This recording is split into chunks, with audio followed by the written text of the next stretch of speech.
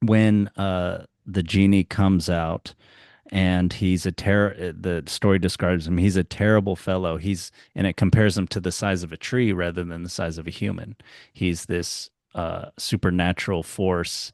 If you think of it emotionally, it's like this overwhelming kind of emotion where you're like, you don't know how to deal with it. Mhm. It's not a thing of everyday life. It's this horrible, horrible monster. And then yes, the genie says, "Do you know that what your wages are for having let me out?"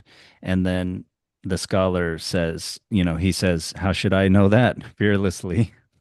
Like, that Yeah. is literally true. Like, I don't know. Like, you're trying to turn this into like, I'm ignorant, and I don't know what I have done, and I'm about to get killed for that reason. And I'm turning into like, I'm going to take your question literally, and also show up emotionally as fearless. And then the spirit says, "Yeah, I'll tell you. I must strangle you for it." And then the son says, instead of like trembling, he says, "You should have told me that sooner, for then I would have left you in the bottle."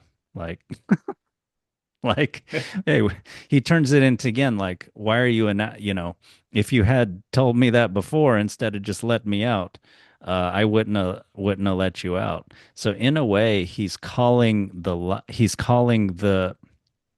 genie a liar, because the genie had kind of presented himself as a victim, and then he tried to suddenly reframe the whole situation when he had presumed dominance of the boy. He tried to reframe the situation, which was what all bullies do, which is what happens in politics sometimes. Like, they show up with the army, and it's like, this is the terms in the negotiation. But then the boy, he reframes it as like, okay, we need to bring more people in. That increases his size in a way. Like, I'm not as big as you physically, but I'm going to bring more people in rhetorically. And I just look at the boy as being very, very skillful with his words here. Yeah, I agree. I agree. I mean, everything you've pointed to there is again holding him refusing to cede the center of the conversation to the Yeah, spirit. yeah, He's like, no, I'm yeah, in charge here. I'm in charge here. You're saying what you're saying, but I'm not. I mean, he's sort of like, but I'm, it's like, kung fu or something. Like he's just sort of yeah, like yeah. That's blocking right. everything that That's comes at right. him. Yeah, yeah. I also wanted to say, since you brought it up, reminded me that the spirit is a horrible fellow and he is half as big as the tree. And if we look at the tree as sort of like I was, one facet of it, I was suggesting earlier, like the ancestral, the sort of the lineage, like whatever this spirit is, whatever this intense emotional thing that is coming up is only half as big as the tree.